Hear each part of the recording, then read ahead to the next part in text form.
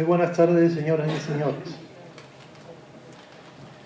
Tempus Fugit.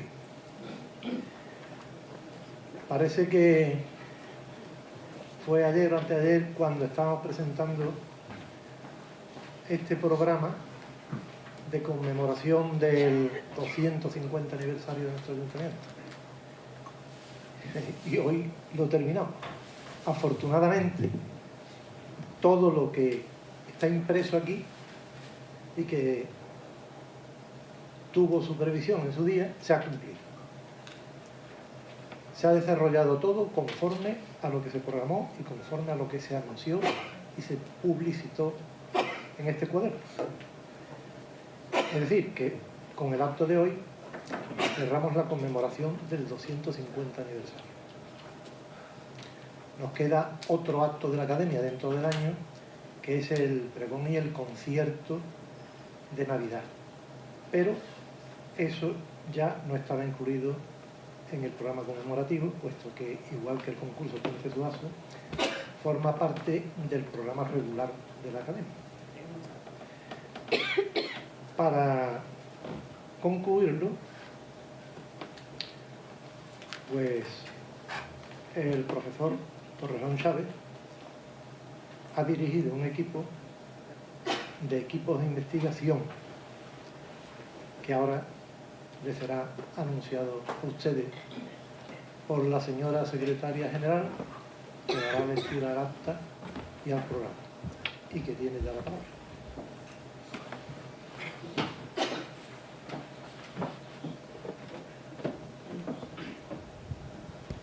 En la sesión de Junta General Extraordinaria celebrada el pasado 12 de enero de 2015, recogida en el acta número 287, se acordó dedicar el último acto de este curso conmemorativo al trabajo realizado por los equipos de investigación coordinados por el ilustrísimo señor don Juan Torrejón Chávez, doctor en Historia y académico de esta.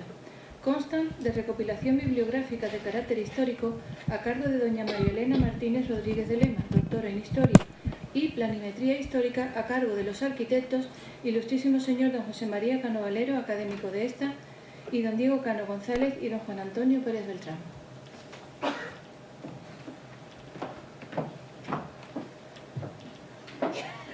Muchas gracias. Tiene la palabra el ilustrísimo señor don Juan Torrejón Chávez. Con la venia, señor presidente.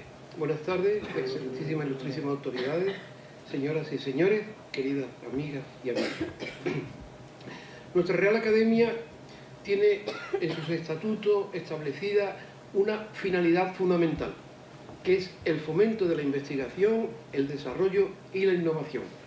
Y una finalidad específica, la promoción y la divulgación del conocimiento en cualquiera de sus formas. Perdonen un momentito que no se ve el PowerPoint.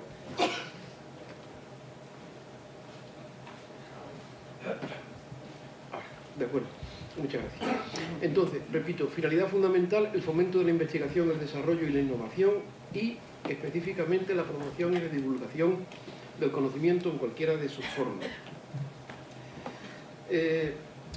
Con motivo de esta conmemoración del 250 aniversario del nacimiento de la villa de la Real Isla de León y por tanto con la formación de su primer ayuntamiento, pensamos dedicar un tiempo a la investigación y formamos dos equipos.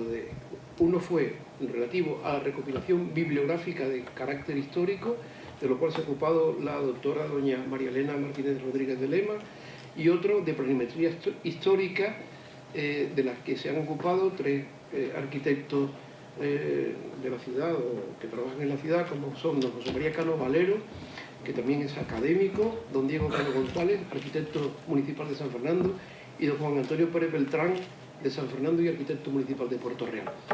Lamentablemente no puede estar con nosotros hoy don José María Cano Valero por motivos laborales, pero como si estuviera, porque ha mandado su trabajo, su parte, y lo que vamos a hablar también, o lo que van a hablar más los arquitectos, estará también incluido lo que él quería hablar hoy aquí con nosotros. Y la coordinación de los equipos ha sido mía.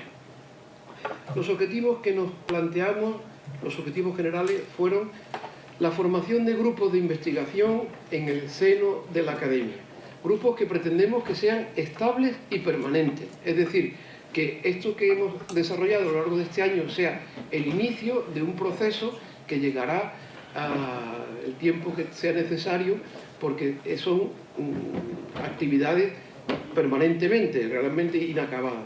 Y estamos contentísimos de los resultados, como ustedes podrán ver ahora. Luego desarrollamos un proceso de búsqueda, de localización, de estudio y recopilación de fuentes históricas, relacionadas con dos ámbitos. Bueno, relacionadas, con la isla de León, ciudad de San Fernando, a partir de 1813, y con dos ámbitos. Una de carácter primario, a fuente, en este caso mapas, planos y dibujos, y otro secundario, bibliografía.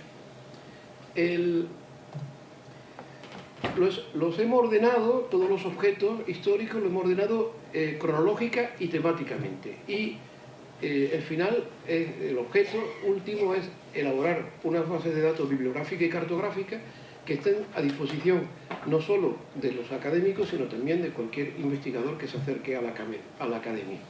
Y seguidamente, doña María Elena va a disertar sobre la recopilación bibliográfica de carácter histórico.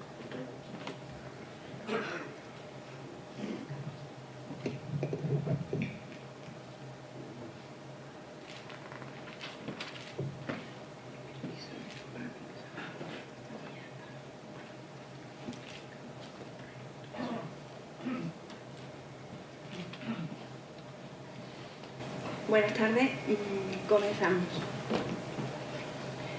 La parte que vamos a ver ahora es la recopilación bibliográfica sobre la historia de la isla de León, ciudad de San Fernando. Hemos acotado el tiempo, cronológicamente hablando, desde el siglo XV hasta el XXI. Lo que le presentamos ahora es un trabajo, el resultado de un año de trabajo aproximadamente, y hemos conseguido reunir 349 publicaciones. Se han consultado 21 bibliotecas y catálogos, bien in situ o bien online. Esta recopilación bibliográfica tiene un carácter vivo y dinámico, es decir, no hemos hecho nada más que empezar. Y vamos a continuar añadiendo todos los que faltan hasta que llegue el momento en que no haya nada más que añadir lo que vaya saliendo nuevo. Se ha confeccionado una base de datos en una hoja Excel con 12 categorías y en ella hemos reflejado los siguientes campos: el autor, el título de la obra y el año de edición, también el lugar de edición, la editorial o, en su caso, el impresor o imprenta, el tema según un criterio que nosotros hemos establecido, la descripción física de la obra para reconocerla. Hemos puesto también un campo para las ilustraciones, dando ciertos detalles sobre ellas. La localización, esto quiere decir que si hay una biblioteca pública o física o digital en la que se pueda ver, consultar esta obra fácilmente, también lo hemos puesto. Y el ISBN, que como saben ustedes es el carnet de identidad del libro. Además, le hemos dado un número de registro nuestro. Eso sí, hemos hecho con un cierto hincapié, un interés en recoger las obras clásicas que hablan de los orígenes de nuestra historia y que la mayoría de nuestros historiadores las citan como fuentes. Y es por una razón muy sencilla, porque la mayoría de ellas están en la fabulosa biblioteca del ROA, del Real Instituto y Observatorio de la Armada, lo tenemos ahí al lado, y es bastante fácil de consultar. También se han recogido en esta base de datos publicaciones que no tratan directamente sobre la historia de la isla de León, de San Fernando, pero que al ser de otras poblaciones que tienen interés por la conexión con nuestra ciudad, pues las hemos querido también reflejar. Con todos estos datos que hemos ido recogiendo, hemos podido hacernos una idea de cómo están estas publicaciones cronológicamente hablando, y hemos hecho unos gráficos, y el primero que les presentamos va por siglos, y tienen aquí en este lado la base, digamos, cronológica con el número de publicaciones al lado, y en este otro pues el modo de tarta para hacerse una idea de los porcentajes en cuanto a las publicaciones. Concretamente en este gráfico podemos ver que en los siglos XV y XVI el porcentaje es despreciable, un 0%. En el 17 tenemos un 1% con 4 obras. Luego aquí hay, bueno, un significativo ya 6%, en que se ve un poquito de aumento. En el siglo XIX pues ya aparece una porción, bueno, bastante ya notoria. Pero lo que verdaderamente llama la atención aquí es que el siglo XX y el XXI pues tienen entre los dos casi el 80% del total de las publicaciones. Y fíjense ustedes que a pesar de que estamos solo en el año 16 del siglo XXI, el número de publicaciones con el 20 están prácticamente a la par.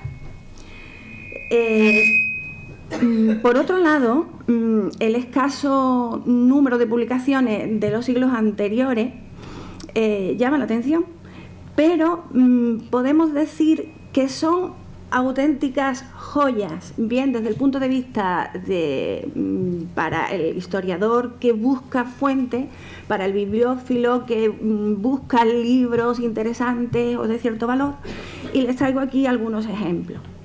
Aquí tienen el Plinio Secundum, el Naturae Historiarum, que está en el ROA, en el Real Instituto y Observatorio de la Armada, de 1499. Es un incunable, pertenece a la extraordinaria colección, desde mi punto de vista, de incunables que hay allí, porque, bueno, es una colección muy especial, porque como todos ustedes saben, las publicaciones de esta época son de temas religiosos, y los que tiene el Real Instituto y Observatorio de la Armada son de temas científicos. Entonces es una colección pues muy singular.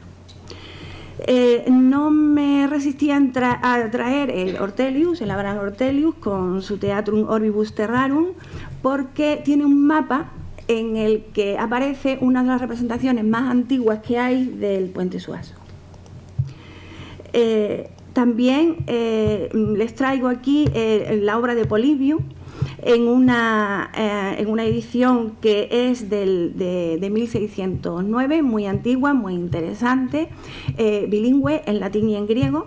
La obra de Suárez de Salazar, también muy interesante, del mismo siglo XVII, 1610. El Plutarco, por supuesto, tan citado por nuestros historiadores, de 1624. Y bueno, aunque es un libro que por la información que aporta tiene ciertos problemas, sin embargo, como contiene un fabuloso mapa que todo el mundo usa, pues el Fray Jerónimo de la Concesión, de 1690, pues también se los presento aquí. El siguiente gráfico recoge el siglo XIX, va también por décadas. ¿Qué llama la atención? Pues llama la atención de que verdaderamente en estas porciones que ven aquí, de 1870, de 1860, de 1840, pues es mínimo la representación que hay. Incluso hay décadas con que todavía no hemos conseguido reflejar ninguna publicación, todavía. Sin embargo, pues yo quiero aquí llamar la atención de esta más de mitad de la tarta, de 1800 a 1810, que es un 54%, en donde están recogidas obras que están escritas en torno a los acontecimientos del 12. Las Cortes, la Constitución, la Guerra de la Independencia, que verdaderamente representan un tema muy importante en todo el trabajo que hemos hecho. Es un tema que tiene importancia y que ahora más adelante veremos. No está mal también la década del 10 al 20 con un 17%, pero verdaderamente lo llamativo en este gráfico, estarán de acuerdo ustedes, es este 54% que está entre 1800 y 1810. El siglo XX también tiene sus particularidades. Las primeras décadas del siglo XX tienen un escaso número de publicaciones, o al menos por ahora nosotros no hemos conseguido reflejar unos porcentajes llamativos. A partir de la década de los 70 empieza ya a verse cierto movimiento en cuanto a números de publicaciones, y el boom es a partir de los años 80. La década del 80 al 90 con un 35%, y la última década del siglo pasado que tiene prácticamente la mitad de todas las publicaciones. ¿Por qué? ¿Por qué pasa esto? Pues, ¿por qué hay este boom a final del siglo pasado? ¿Qué razones puede haber? Las razones son diversas y vamos a tratar de resumir. Pero lo que sí está claro es que en el siglo XX aparece una implicación clara de los organismos en la subvención, es decir, una implicación económica de los organismos públicos en las ediciones de las obras. Dicho de otra manera, las universidades, la Diputación, los ayuntamientos, las cajas de ahorro se implican económicamente en las publicaciones de las obras, y esto incide positivamente en el número de obras. Además de esto, aparece otro fenómeno, que es el fenómeno de la autoedición. Esto es una cosa bastante también llamativa. Bueno, pues ¿qué pasa? Pues sencillamente que profesionales o no profesionales, gente muy implicada en el mundo de la investigación, de la cultura, se estudia, investiga sobre un tema determinado y tiene el gusto, la sensibilidad de subvencionarlo de su propio bolsillo para darlo a conocer, para dar a conocer el trabajo que ha hecho. Claro, estas dos cosas juntas pues explican perfectamente estas porciones abultadas dentro del siglo XX. Aparece también un fenómeno que es el ISBN, el DNI de los libros, a partir de 1972, pero una cosa que hay que tener en cuenta es que ni mucho menos todas las obras que tenemos registradas a partir de esta fecha tienen el ISBN. Esto es una cosa que está clara. Es decir, la legislación sale, la normativa sale, pero hay un número importante de obras posteriores a este año que no tienen ese registro. Y pasamos ahora a mirar los temas. Los temas son muchos y muy variados, y bueno, nosotros aquí no podríamos dedicarnos a hablar de todo, por eso hemos escogido solo los 5 principales. El primero de todos ya lo hemos dicho, la Guerra de la Independencia, con 24 títulos registrados en esta base de datos que hemos hecho. La Constitución de 1812 y las Cortes Generales, con un total entre los dos de 36, que suman estos fantásticos 60 títulos que abultan mucho y pesan mucho en esta base de datos. Es el primer tema con diferencia. El segundo tema, también importante, va de patrimonio. El patrimonio conservado o desaparecido, un total de 36 publicaciones. Se tratan de obras que se fijan en un monumento, parte de nuestro patrimonio, lo estudian en profundidad y se publica esa obra. Un total de 36 tenemos registrados en esta base de datos por ahora. En un tercer digno puesto están las historias de familia y las biografías, 17. Siguiéndolo muy de cerca, hay un tema también importante y que sobresale, que es la Marina, el ejército y las fortificaciones, con un total de 16 obras que hemos registrado. Por supuesto, estamos en San Fernando y este tema naturalmente tiene importancia, está en un 5º puesto. Hemos registrado 14 obras sobre Semana Santa, hermandades y cofradías. Bien, ¿y cómo hemos hecho todo esto? Pues consultando bibliotecas, naturalmente. Bien físicamente, Biblioteca Central Militar, la Biblioteca de la Universidad de La Laguna, la Biblioteca Municipal de San Fernando, la Biblioteca del Archivo Municipal de Jerez, la Biblioteca Nacional de España, la del Ministerio de Cultura, la del Observatorio de la Armada, la de la Real Academia de Jurisprudencia y Legislación. Hemos encontrado libros en la Cartoteca del Archivo General Militar de Madrid, la Biblioteca de la Universidad de Sevilla. Son bibliotecas físicas. Luego, bibliotecas digitales o virtuales, conocidas de todos los investigadores y que un poco todo el mundo consulta. La Biblioteca Digital Hispánica, la Biblioteca Virtual de Patrimonio Bibliográfico, Google eBook gratuito, Biblioteca Virtual de Andalucía, Portal de Biblioteca Manuel Ruiz Luque de Montilla en Córdoba. Aquí hemos encontrado libros de San Fernando. La Biblioteca Virtual Miguel de Cervantes y la Biblioteca Virtual de la Real Academia Nacional de Farmacia.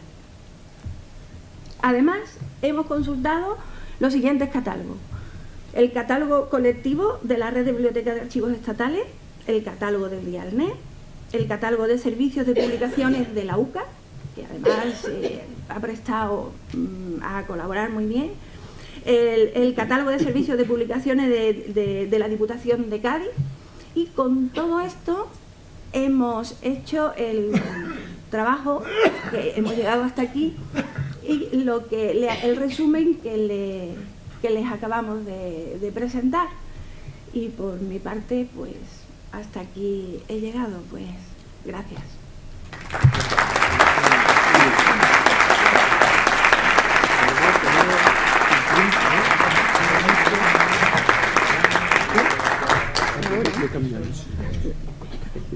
Muy bien. Muchas gracias, María Elena. Bueno, habrán podido constatar ustedes que cuando se profundiza en algo se lleva uno grandes sorpresas, ¿no? Y entre ellas lo que decimos nosotros los historiadores económicos, que cualquier tiempo pasado fue peor. Es decir, no fue mejor nunca, siempre fue peor. Es decir, se publicaba menos y desde luego hemos vivido una etapa extraordinaria en la España contemporánea, que fue a partir de los años 70. Pero lamentablemente también se ve en el estudio que hay un retroceso en los momentos más contemporáneos, más actuales. Parece ser que cuando llegan las crisis económicas, lo primero que sufre, aparte de otros problemas gravísimos como el desempleo, es la cultura. El recorte que ha habido en los presupuestos generales particulares de las ciudades sobre la cultura ha sido exponencial, y eso hace que se pueda publicar mucho menos, porque claro, estos libros son libros que su carácter venal es mínimo o casi inexistente, porque su lectura está pues muy limitada a un grupo de personas amantes, y nunca puede conseguirse una tirada de 20.000 o 30.000 ejemplares, que a través de una economía de escala es cuando se empezaría a tener pues una rentabilidad económica. Entonces esto también nos sirve para reflexionar sobre este mundo maravilloso del libro, y sobre todo para comprender que también el libro es un objeto histórico, es decir, que nace en la historia y que se explica. Es decir, cuando María Elena ponía esa gráfica tan bonita y se veía que desde 1800 a 1820 hay un crecimiento de la publicación relativo a la isla, sobre todo con ese periodo tan apasionante como fueron las Cortes Generales Extraordinarias y la Constitución de 1812, pues se ve una cosa: el golpe de 1800 a partir de los años 20, ¿verdad?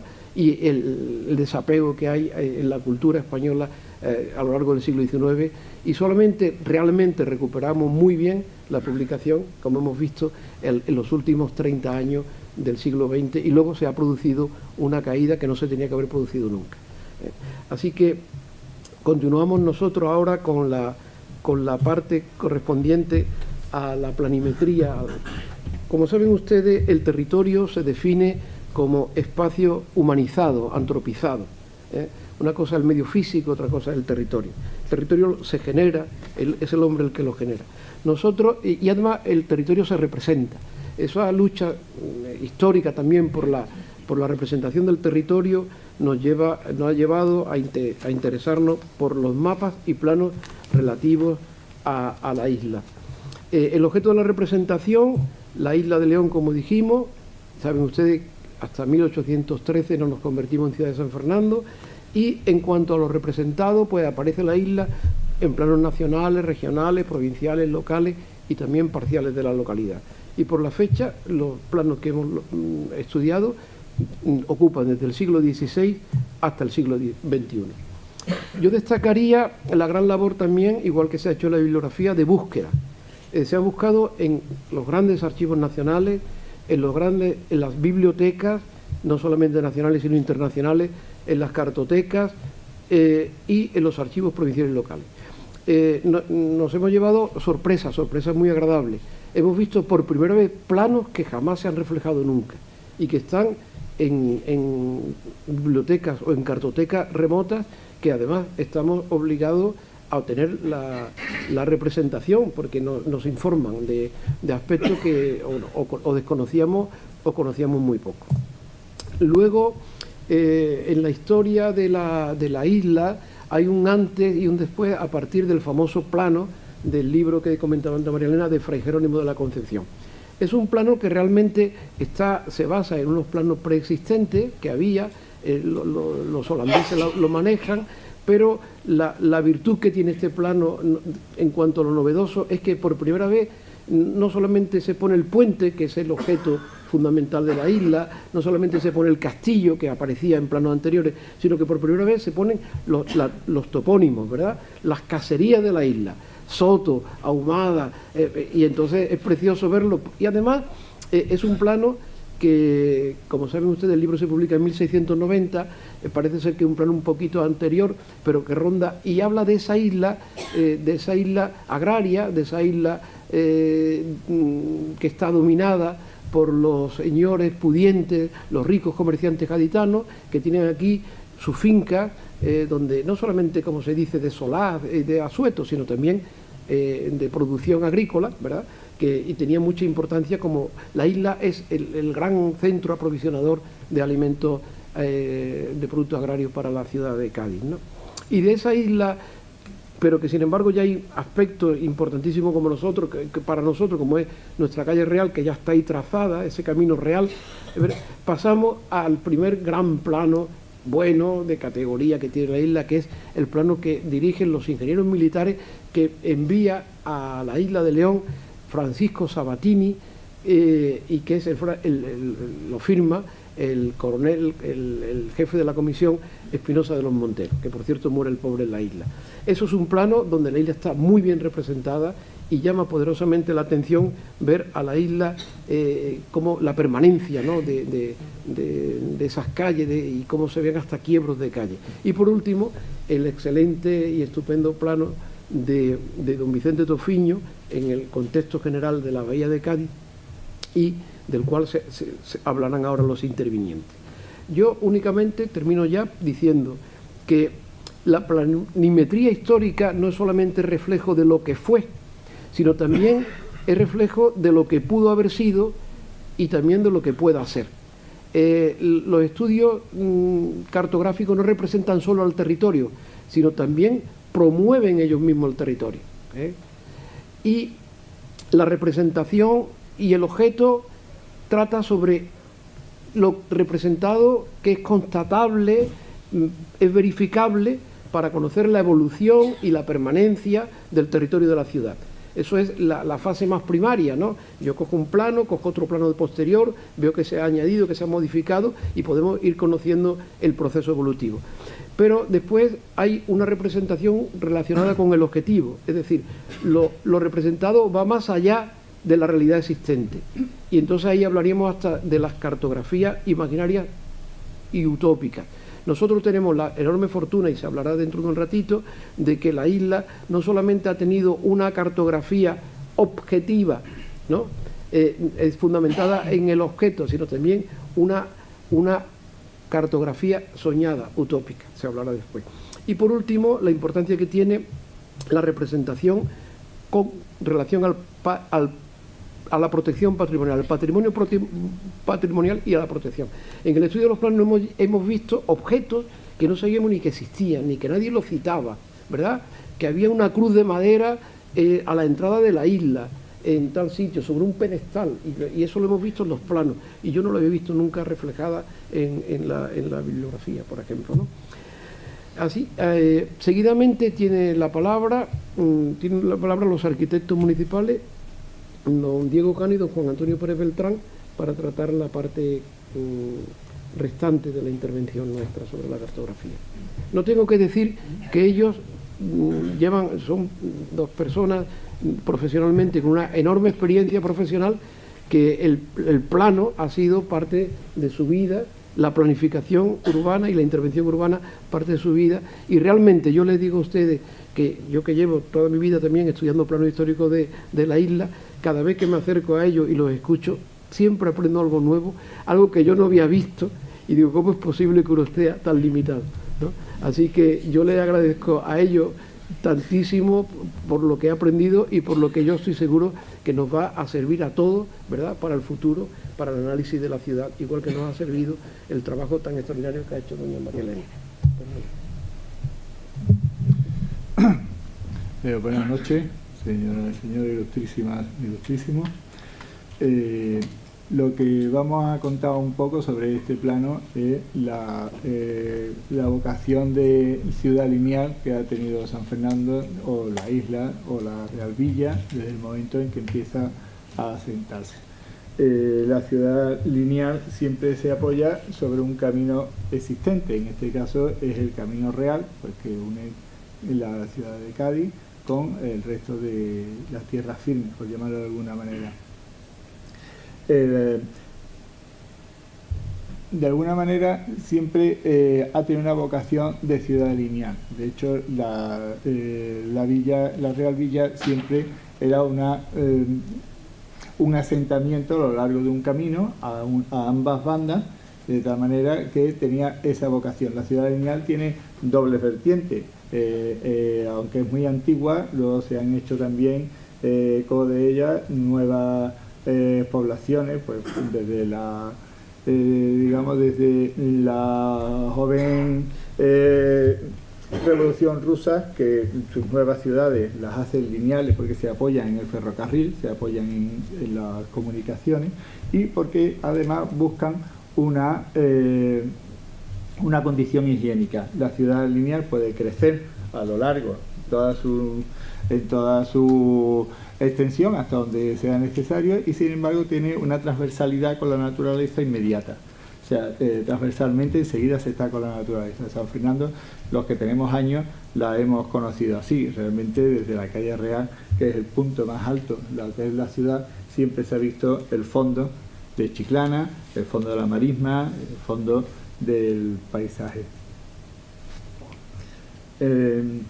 En San Fernando, bueno, pues ocurre así, se van asentando, y en la calle Real, en este caso, no solamente es un eje de comunicación, sino que además es un eje social, de tal manera que una serie de asentamientos, sobre todo los asentamientos más importantes que tienen que ver con la administración o tienen que ver con las familias más poderosas, se van situando siempre en la parte alta, y se van situando mirando hacia la bahía de Cádiz, porque Cádiz en realidad es lo importante, y Cádiz, y todo va dependiendo de Cádiz. Cádiz es quien va aprovisionando o va asentándose como una extensión.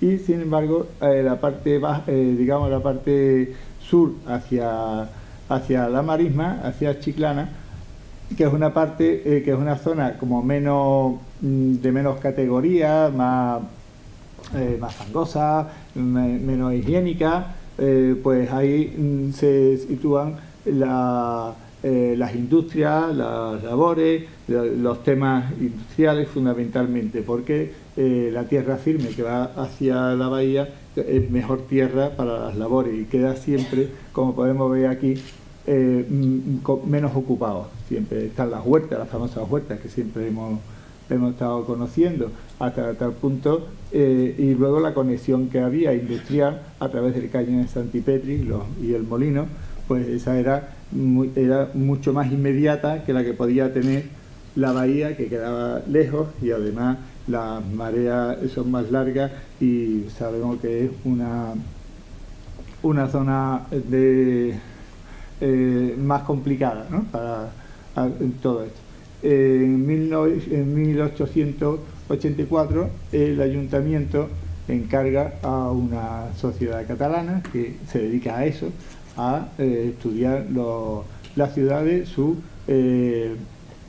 estructuras industriales, comerciales, y encarga este plano que pueden ver ustedes arriba, que de alguna manera mantiene, todavía tenemos una estructura lineal en la que está claramente el crecimiento hacia San Carlos, hasta la ciudad de San Carlos, que intenta siempre acercarse. ¿Por qué? Pues porque primero la ciudad empezó a crecer por ahí, porque era un sitio alto y más firme, y porque realmente el interés que tenía la nueva población.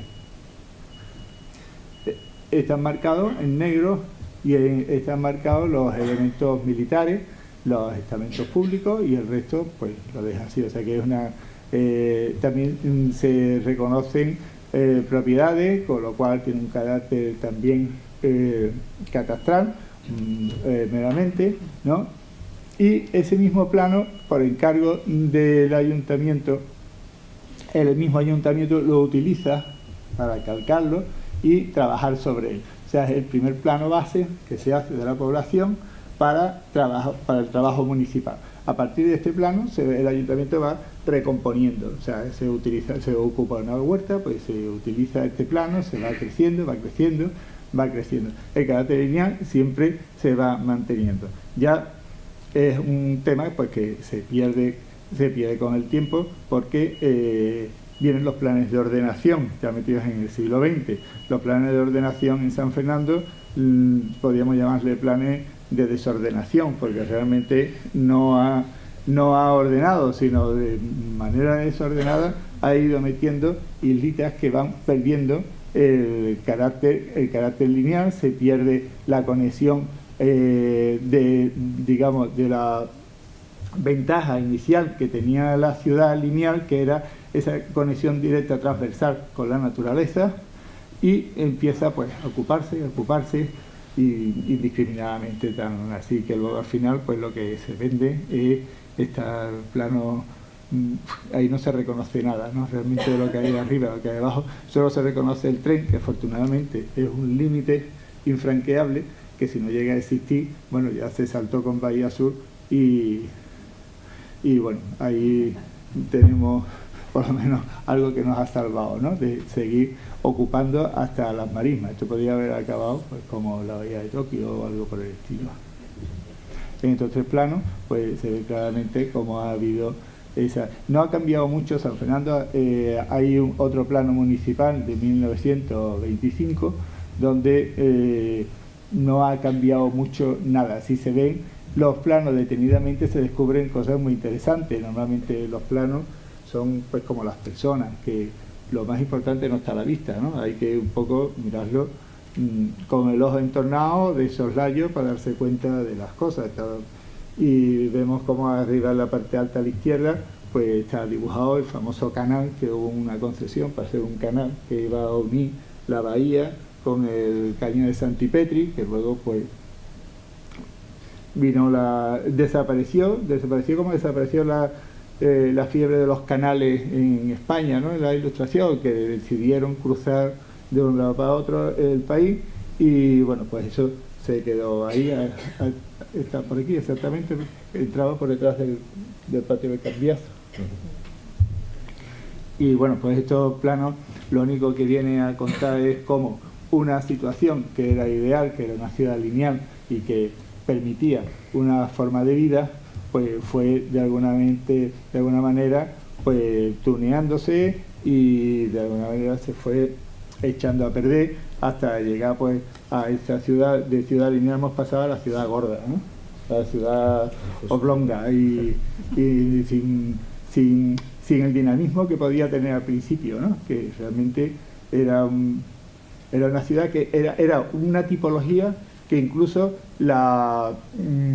se había apostado por ella mucho más tarde. O sea, nosotros lo teníamos desde siempre, lo perdimos y otros países apostaban por eso en otra época, o en Madrid, la famosa ciudad lineal, ¿no? Era una ciudad también higienista, fue con una mentalidad higienista y una mentalidad industrial. Se podía trabajar, se podía vivir y la naturaleza, vivieras donde viviera, la tenía a la misma distancia, ¿no? Porque simplemente era transversal.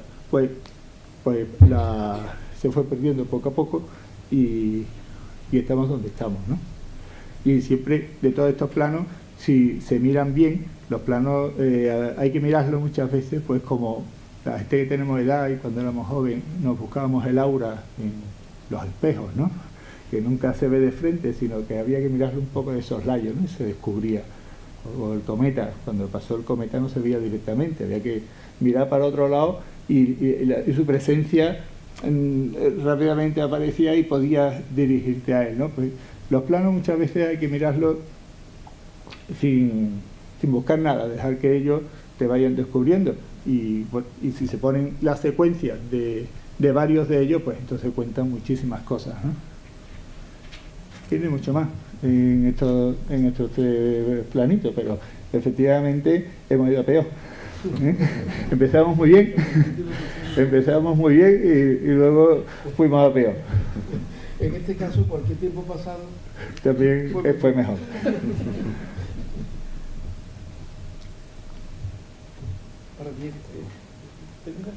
¿Interviene Diego ahora? Venga, si queréis, para terminar, simplemente dar unas pinceladas, porque ya los temas están esbozados y el tema de cartografía de San Fernando, pues la verdad que queda todavía un trabajo importante para saber qué cartografía no dominamos hoy día o no tenemos y intentar, tal vez por los tiempos en los que estamos, intentar digitalizarla para poder tenerla al alcance de investigadores o personas interesadas en el tema, ¿no?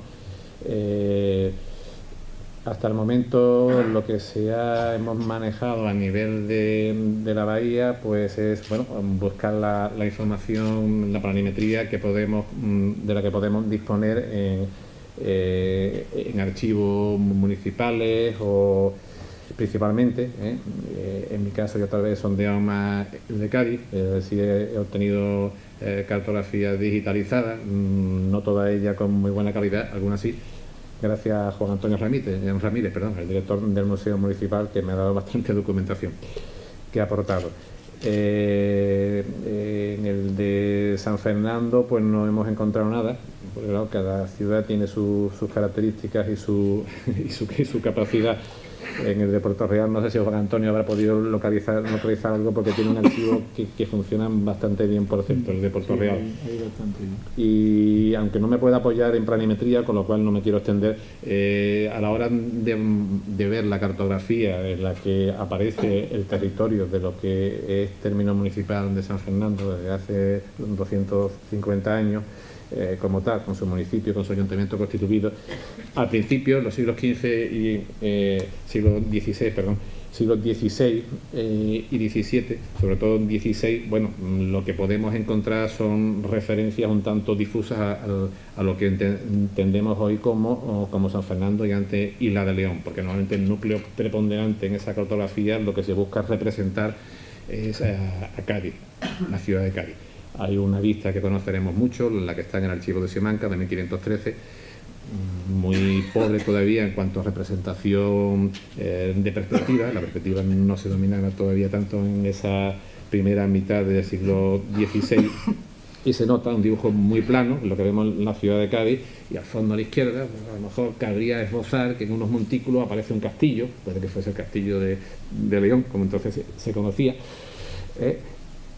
y alguna casita o una casa, pero bueno, fuera de escala, pero bueno, pudiera ser eso lo que hoy entenderíamos como el suelo de San Fernando.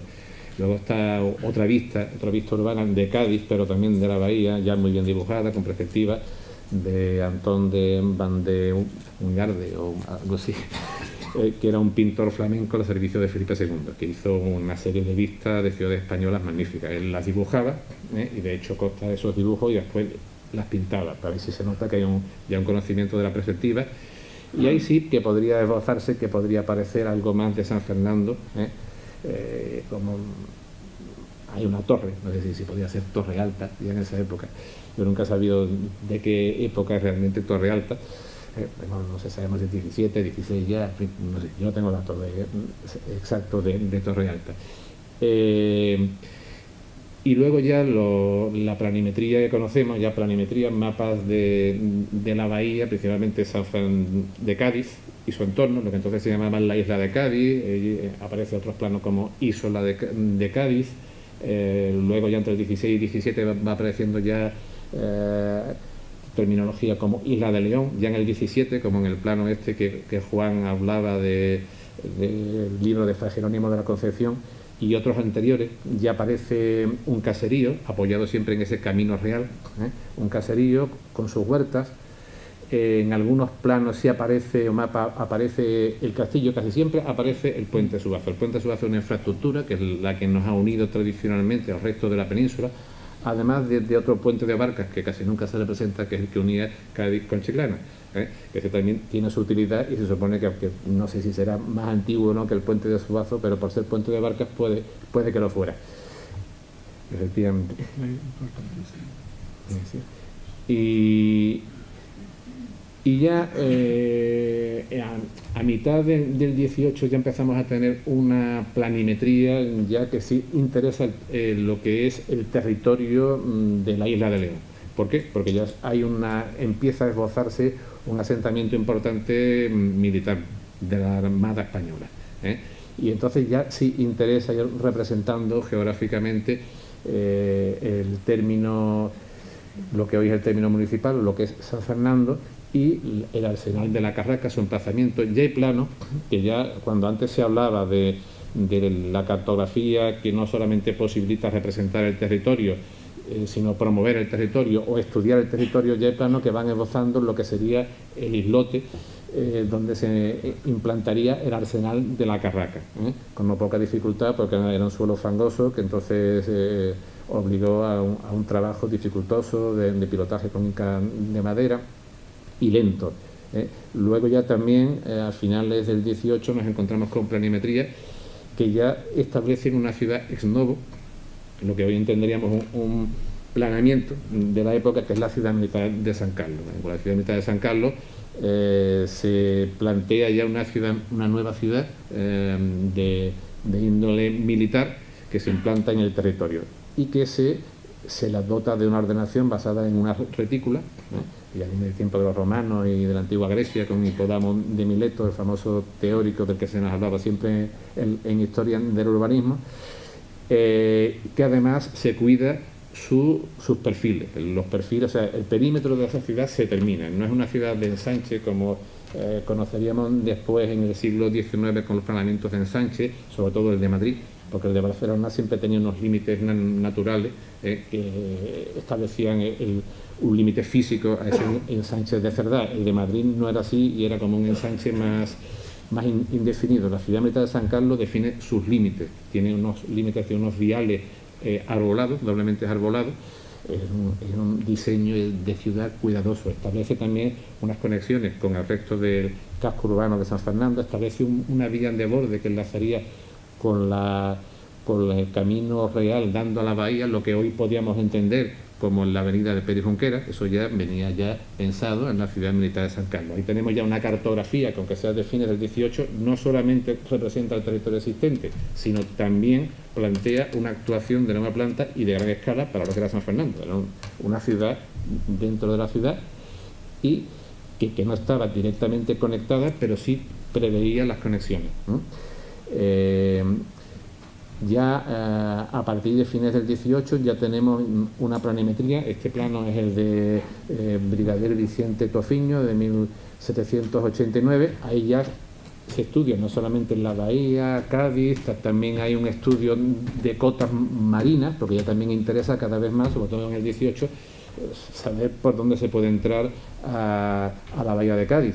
Y de hecho hay planimetrías no solamente españolas, también la hay francesa, inglesa, por intereses militares, también la hay holandesa. Recordarán que Cádiz sufrió en la bahía 3 asaltos, si no recuerdo mal, anglo-holandeses, ¿eh? Entonces interesaba conocer también desde el punto de vista militar, no solamente español, sino de las potencias extranjeras, ¿no?, la accesibilidad de la bahía de Cádiz y cada vez más también las defensas y las infraestructuras. En esos planos siempre se solía representar las defensas existentes en cada momento, el puente Suazo, que era muy importante, y los castillos y elementos defensivos que iban existiendo en la bahía. Ya en el 19, como cada vez hay una cartografía con más soporte técnico, científico, mejor, tanto en representación como en conocimiento, y ya en el 20, pues bueno, es la cartografía cada vez más urbana y como la que comentaba antes Juan Antonio, de Calvet, este editor catalán que se dedicó a publicar planos comerciales, entendamos, planos urbanos, con los principales hitos de ciudades españolas, por lo menos creo que editó 16. Y ya en sí el propio municipio, como contaba Juan Antonio, fue elaborando posterior planimetría basándose en ese plano, que la verdad, lo que es la trama del mismo, pervivió bastante, ¿no? Porque, como todos conocemos, el gran boom de San Fernando fue, aparte de de los años 90, no lo bien controlado que hubiésemos querido. Pero vamos, a partir de los 60, 70 se ve también cómo se van ocupando antiguas huertas, porque como hemos hablado antes, San Fernando tenía su caserío apoyado en el Camino Real y tenía normalmente unas grandes huertas posteriores. Esas huertas se fueron ocupando y se fueron generando unos desarrollos urbanísticos poco controlados, no muy bien conectados con la ciudad, que después el planeamiento municipal ha tenido que ir intentando coser con mejor o peor fortuna. Y como es habitualmente, claro, con mucha presión que suele haber de promotores detrás de las operaciones inmobiliarias, que el planeamiento muchas veces pues tiene que intentar controlar, racionalizar y, en fin, no siempre con muy buen resultado. Los planeamientos de la bahía, y ya termino para no cansar, los planeamientos que han afectado a San Fernando, el primero fue el plan comarcal de la bahía, que se tramita y se redacta a finales de los 60, se aprueba en los 70, se genera un planeamiento muy esquemático, básicamente estudiando más que nada los posibles desarrollos. El primer plan general de San Fernando es el que se aprueba en 1981, que se redacta durante los años 70, pero el equipo es de arquitectos de Madrid, Guzmán Folguera, Fernández de Castro, Pérez Arévalo, que ya desde entonces se queda aquí, era el más joven de los tres, fue el que se quedó, que también fue un plan que, bueno, que en parte eran las ideas mayoritarias de la época y sobre todo las que la administración local de la época también admitía y quería. Un plan muy desarrollista, con mucho suelo, no solamente urbano sino urbanizable, el llamado entonces urbanizable programado y el no programado, grandes manchas que después no era fácil coser. El siguiente plan general, como sabéis, es el que se aprueba en el año el que tenemos ahora, en el año, no, perdón, el anterior, 92, que ese plan, bueno, intenta cortar un poco tanto crecimiento, ordenar en lo posible, plantea también hasta en los suelos urbanizables, y ya era un plan que intentó proponer ordenaciones, que no siempre después fueron admitidas por la promoción inmobiliaria, y se cambiaron. Un caso muy significativo era el de Casería de Ocio, ¿no? Ahí se planteaba un modelo de ciudad como propuesta, era la propuesta del plan, un modelo de ensanche con manzanas de 7 plantas. Al final vemos que es lo que hay, edificios en altura con unifamiliares, dos modelos totalmente antitéticos y que no tienen nada que ver, pero bueno, es lo que al final cuajo, más que nada por los intereses inmobiliarios. Y ya el planeamiento de protección, el primero que tuvo San Fernando es el Plan Especial de Protección del Conjunto Histórico que conocéis, que coincide básicamente con lo que es el casco histórico, salvo parte de ese crecimiento que se produce, que decía antes Juan Antonio, hacia la ciudad militar y demás, que se saca fuera. Que ahí andamos, porque como todos los planeamientos de protección suele ser muy polémico, sobre todo por los afectados por la protección. Lo que pasa es que si no protegemos, pues evidentemente perdemos la fisonomía y la historia de la ciudad y no transmitimos nada a las generaciones futuras. Y muchas veces eso que se vende de una arquitectura supuestamente historicista no deja de ser una arquitectura nueva. Eso no es la ciudad ni es la historia. Pero bueno, ese es el problema siempre del planeamiento de protección.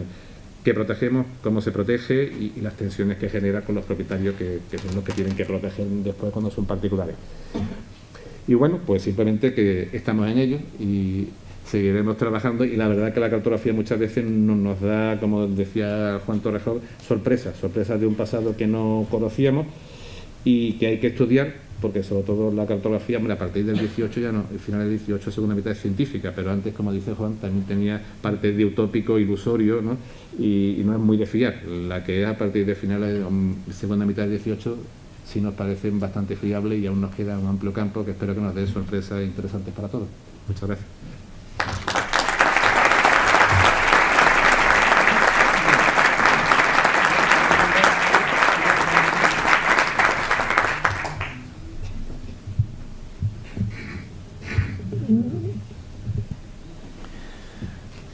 No cabe duda de que a lo largo de este año 2016 hemos aprendido mucho más sobre nuestra isla.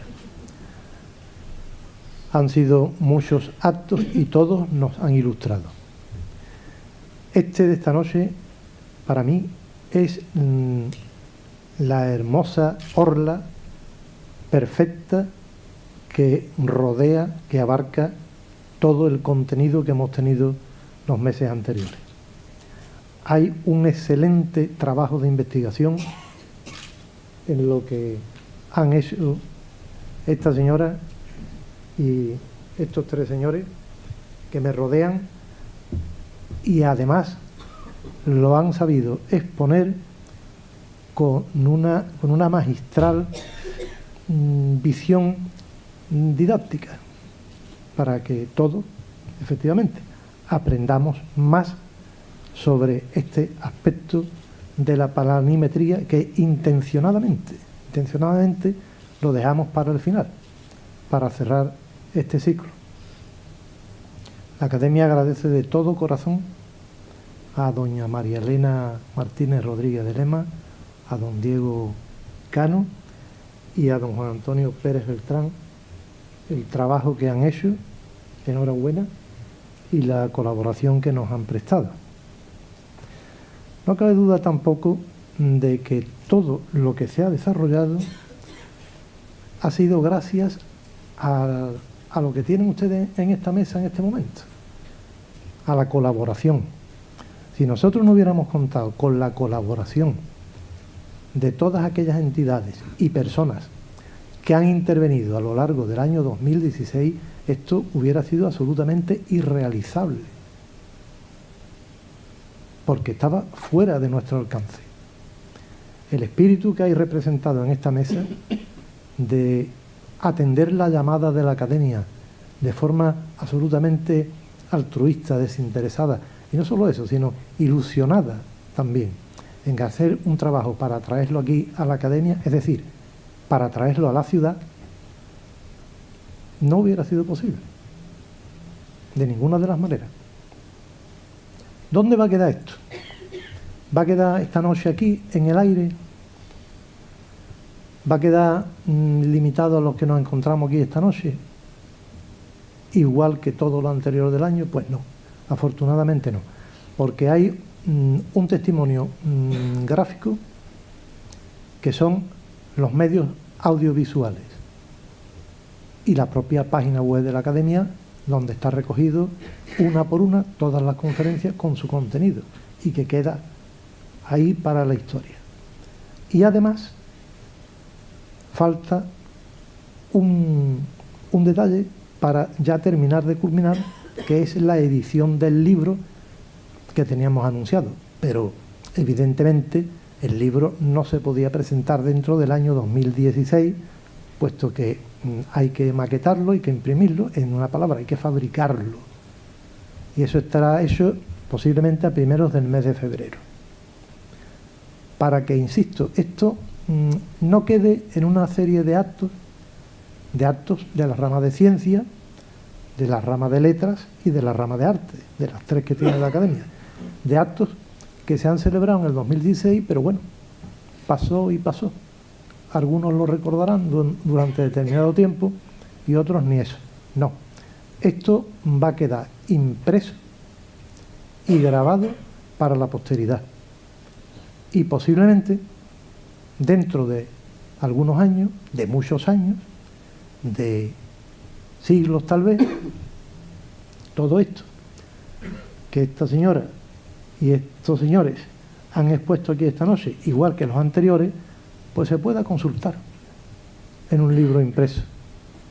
Y esa es la mayor satisfacción que tiene la Academia en esta casi aventura que emprendió a finales del año 2015 y que hoy termina, creo que felizmente.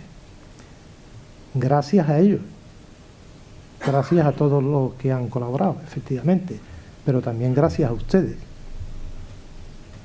Gracias a ustedes que han desempeñado un papel importantísimo con el apoyo, con la asistencia, con la fidelidad a cuanto hemos traído y hemos ofrecido a la ciudad, porque sería muy triste que esto se hubiera quedado reducido a un grupo de 15 o 20 personas, que en vez de aquí pues lo hubiéramos hecho en el salón de mi casa o de Juan.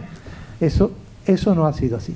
Y eso ha sido también un detalle muy importante a tener en cuenta y que agradecemos muchísimo. Cuando ese libro esté impreso, se lo anunciaremos a todos ustedes y trataremos de hacérselo llegar de la manera más cómoda y altruista posible. Todo eso depende de determinadas entidades bancarias, de lo que vaya a poner no sé quién y de lo que vaya a poner no sé cuánto y todas esas cosas. Pero nuestra voluntad es que ese libro tenga la mayor tirada posible, la mayor difusión posible y cada uno de ustedes tenga un ejemplar, no solo para ustedes, sino también para los isleños que están por venir, para los hijos, para los nietos y para los que llegarán. Que quede todo ahí. Ahora queremos que los que han colaborado esta noche tengan un recuerdo y le voy a hacer entrega a cada uno de ellos de esta carpeta que contiene el cartel reducido, que es precioso, del acto de esta noche. Doña María Elena, gracias a ti, gracias a ti.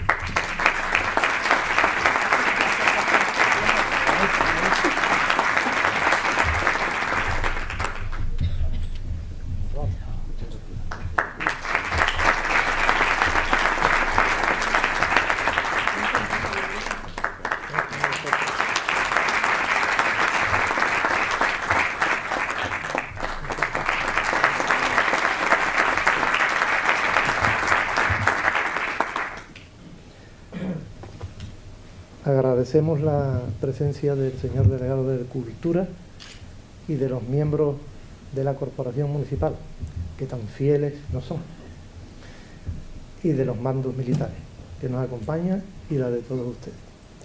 Muchas gracias. Queda clausurado el acto. Buenas noches.